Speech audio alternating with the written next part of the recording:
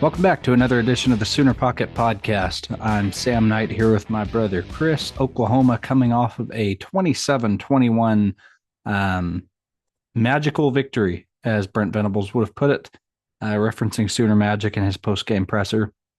Um, Really unexpected victory, I think, is how you might frame it if you watch the first half.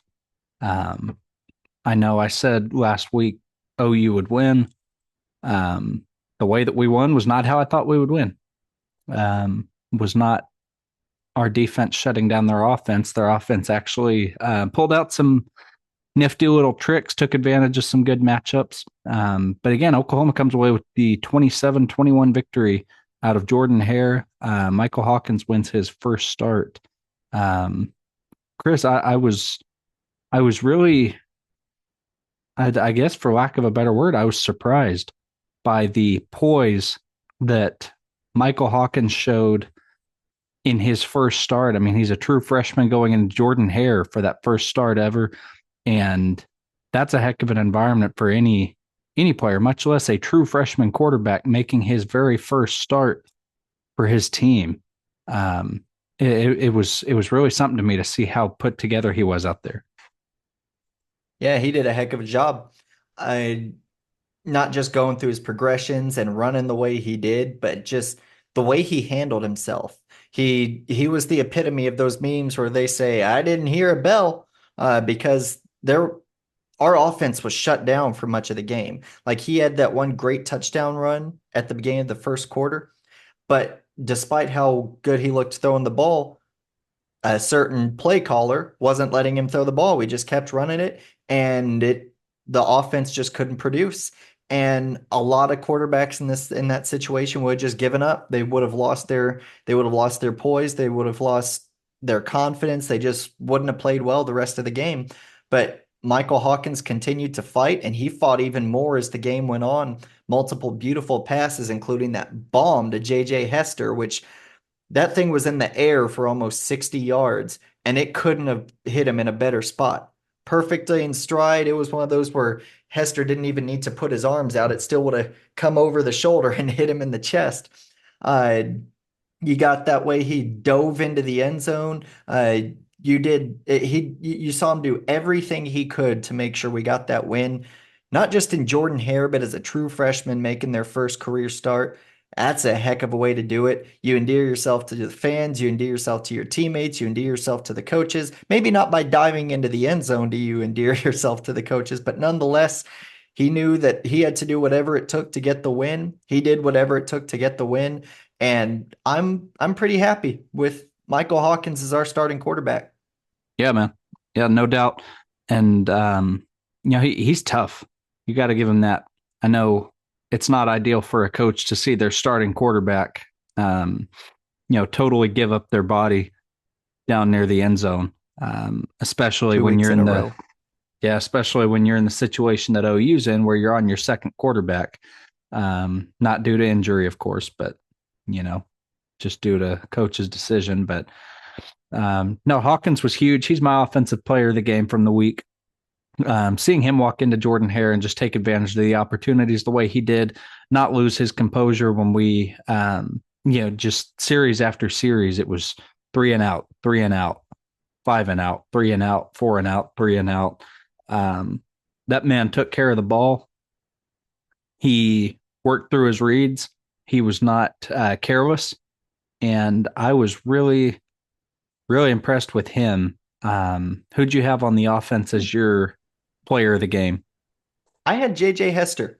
This was our first week without Dion Burks, who's been huge for us in every game, it feels like.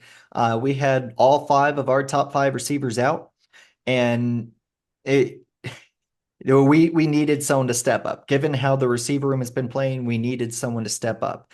And according to PFF, JJ Hester, he did not have a very good start to the season. I mean, I'm looking at his stats right now.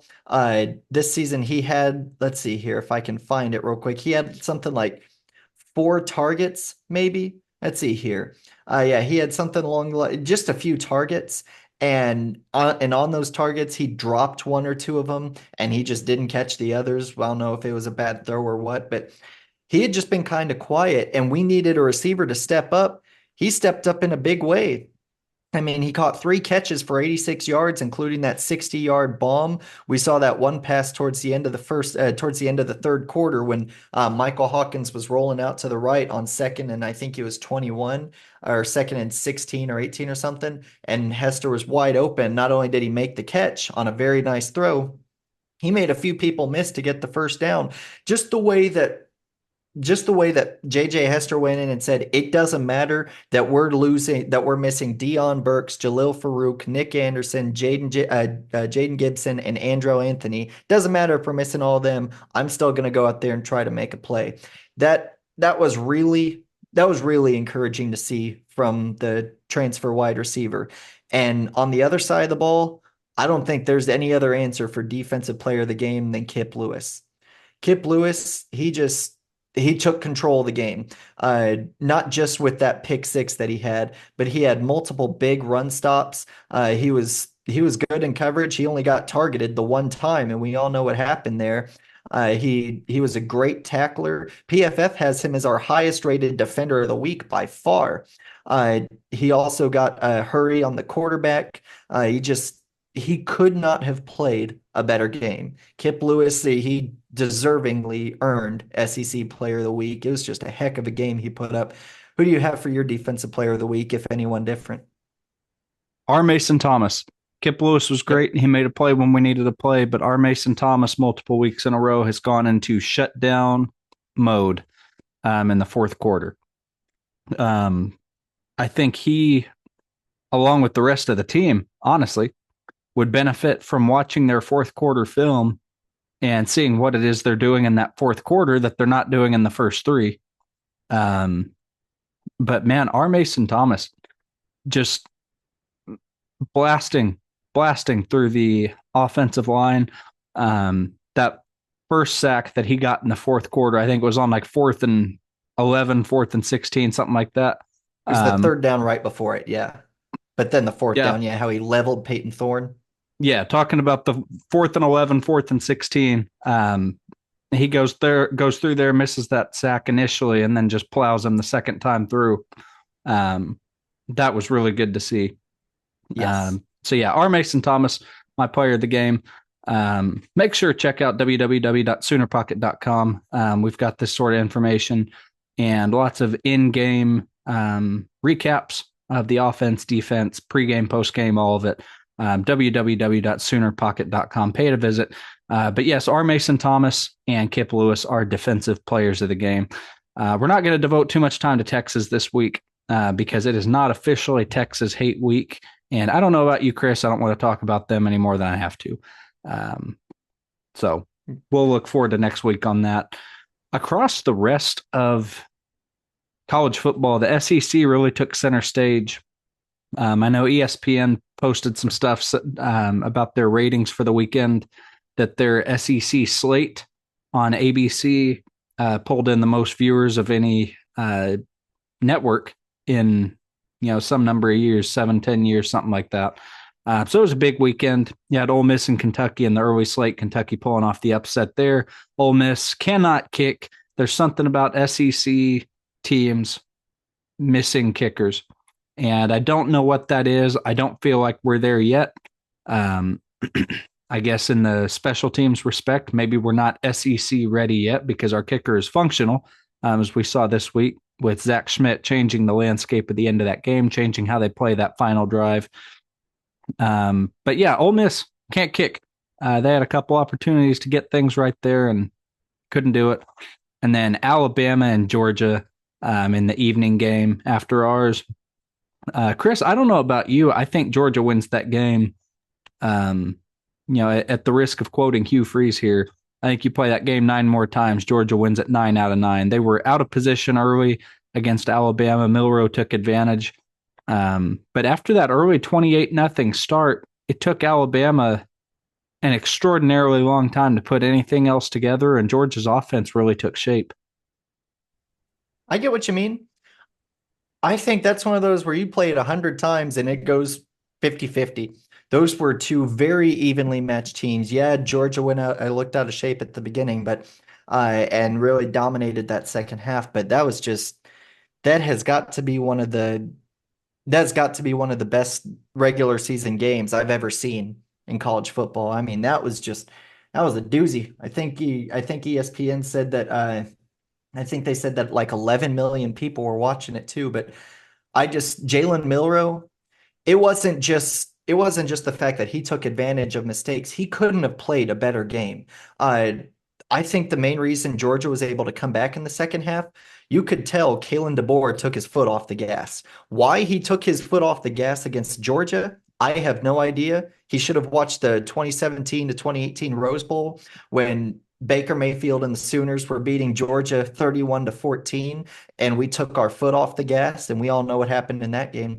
You never take your foot off the gas against a Georgia or Kirby Smart team. And that's exactly what they did. So I don't know why they did that, but when it mattered the most, Jalen Milroe was absolute money. He played amazing. He was dominant. He could not have had a better game if he tried. And so honestly, I don't know if it would have been a Georgia win the other 9 times out of 10. I think it would have been right down the middle. And I think that has a good chance of not just being the SEC championship, but also being the national championship. That was just such a good game. My question is about Ryan Williams. Who does OU put on Ryan Williams when Alabama comes to Norman?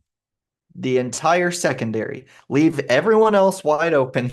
Get Billy Bowman, get Gentry Williams, get Des Malone, get Kanai Walker, send them all over to guard number two because it's not going to be a matter of if he scores a touchdown, it is when. If Georgia's defense cannot slow him down, as good as Oklahoma's defense is right now, Oklahoma's defense cannot slow him down either. He's just to kind of indirectly quote Parker Thune here, he is an alien. I have no idea where Ryan Williams came from. Earth is not my first guess.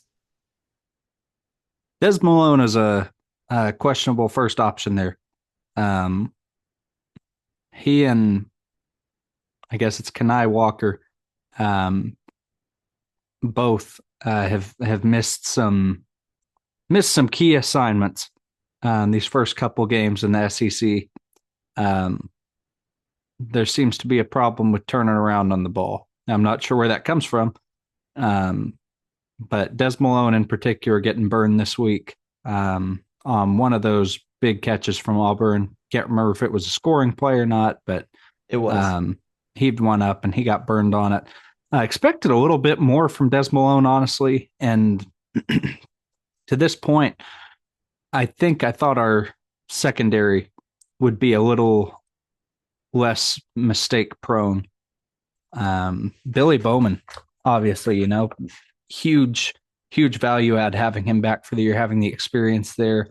But we've even seen Billy Bowman get iced a couple times back there. So it'll be interesting to see how it goes the rest of the way. By the time we get to Alabama, I think Bama's our second to last game of the year. Which, by the way, speaking of kind of the end of the football season and the month of November, today's the last day before 55 straight days of football. Every day starting tomorrow until Wednesday, November 27th. Every single day there's some kind of football on, college, NFL, whatever it is. So hallelujah for that. But it'll be interesting to see how our secondary shapes up the rest of the season. What we look like if we have a secondary, the way things have gone this year, injury wise, I don't know that we'll have a team, but Honestly. And just to kind of add on to the secondary thing, I think it's more of a scheme thing than anything. We did change defensive coordinators, and as good as our front seven has been, the secondary has been a little bit lacking. And I think it's just in part due to the new scheme. Des Malone, with the exception of like one or two plays against Auburn, one of them, of course, being a scoring play, he's been solid this year. He went up against a really good Tulane quarterback and was targeted 6 times, allowing one catch for -2 yards. This season, according to PFF, he's been targeted 17 times, allowing 9 catches. Yes, those were for 103 yards, but like I think it was like 34 of them came on one play against Auburn where it just he kind of got burned suddenly. So like he hasn't had a terrible year. I No, He's not also terrible. broken up 3 passes. He's only allowed 24 yards after the catch, which given that that's 9 catches, only allowing 24 yards after the catch, that's not bad at all. I do think there's definitely room for improvement, definitely from both he and Billy Bowman. But when you're running a new scheme, it sometimes takes a minute for things to get settled in. I mean, we all know that last year our secondary started off looking really good, and then uh, by the end of the year, teams had figured it out, and we couldn't change the scheme enough to where teams weren't cooking us through the air. But it's just, and then in converse with the run game, because we kind of changed up, Jeff Levy kind of changed up how they did the run game last year. If you remember, we went into Texas with a terrible run offense, and we ended the season with one of the best in the country. So give him time. He'll be all right. Yeah, I don't know. I don't know. I'm not quite as convinced with the schedule we've got to play the rest of the way. 9 out of 17, that's basically a 50-50 shot. You throw it Des Malone's way, you got a 1 in 2 chance of catching that ball. Hey, Um, I'll take that over so Buki when it was like a 4 out of 5 chance. yeah. Well, um, I get what you're saying on the scheme. I just, for the most part, our secondary is not new to the block.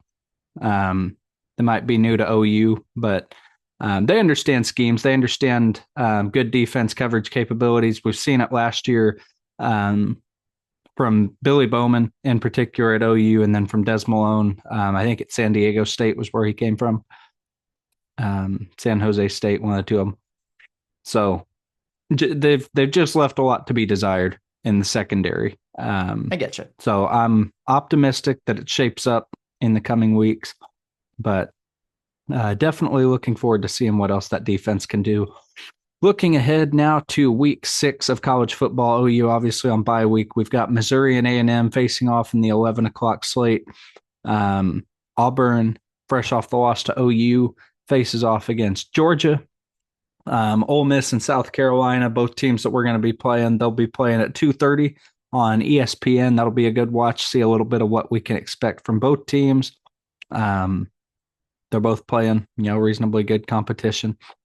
And interesting one here, North Carolina and Pittsburgh.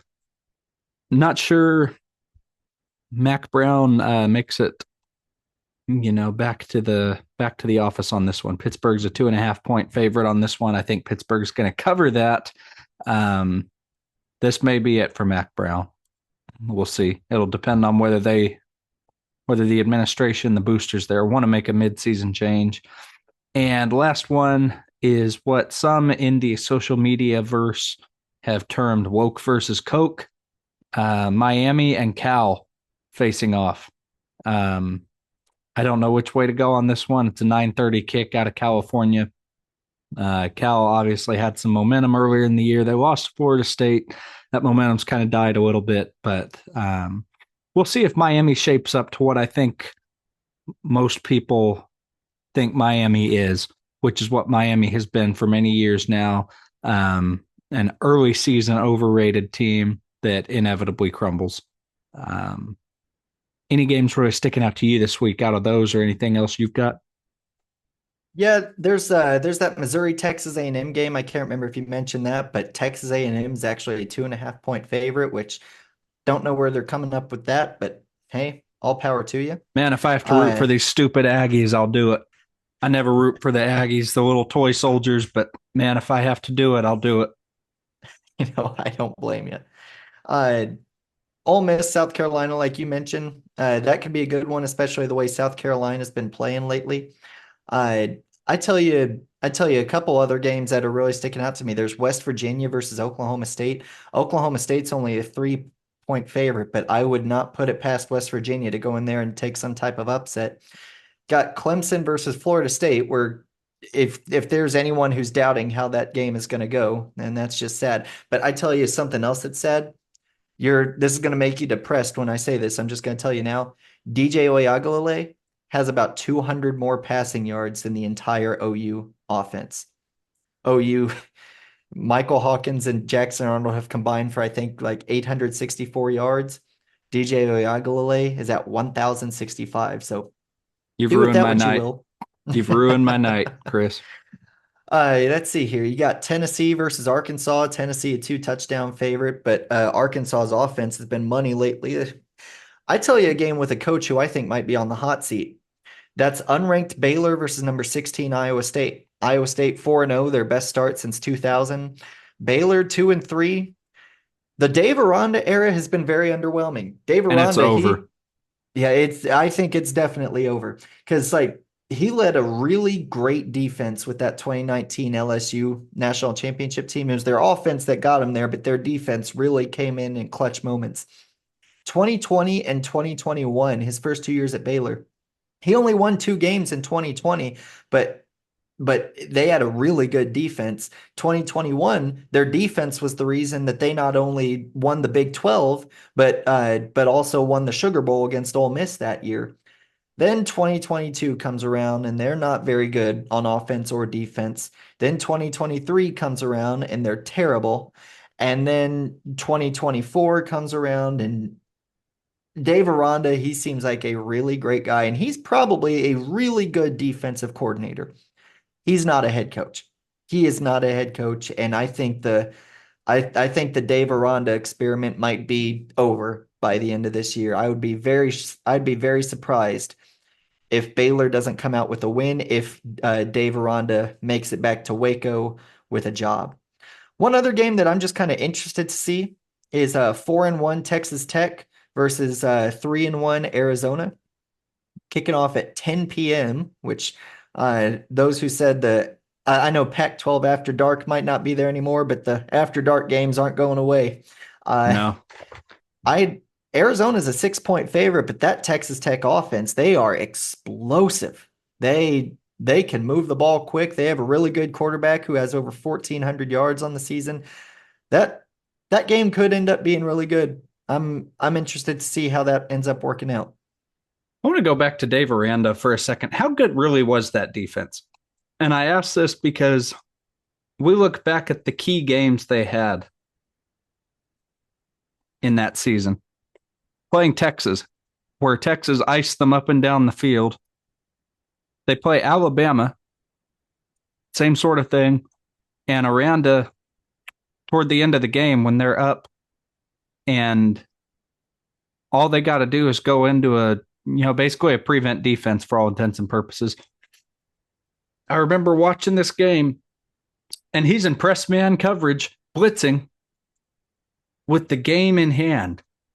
And what does Alabama do? Alabama heaves it deep down the left side and it's a touchdown. And if I'm not mistaken, they tied the game at that point. LSU had to score one more time or else that put them within one score. And then they failed the onside. I don't remember which. I just remember the touchdown and thinking, what the heck are you doing?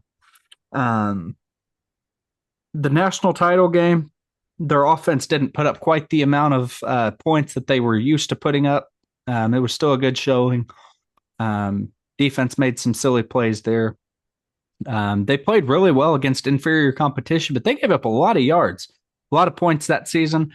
Some of that can probably be attributed to the speed of the offense because you've got a fast, explosive offense. That means your defense is going to be out there a lot, and you're giving the other team a lot of possessions. So maybe they're a little better than I'm giving them credit for, but Dave Aranda was a hire I honestly didn't understand. And I I'm glad for him that he got his little experiment here at Baylor. I think he gets left on the tarmac, or at least left outside the stadium. And things are about to be done for him, as well as Billy Napier at Florida. Oh yeah, definitely. UCF, I think, plays Florida this week. And I would not be surprised at all to see UCF take that one and send Billy Napier back to his little swamp cottage. Yeah. Billy Napier, he's not long for that job. One last thing on Aranda. I just looked back on PFF just to see the team grades that season.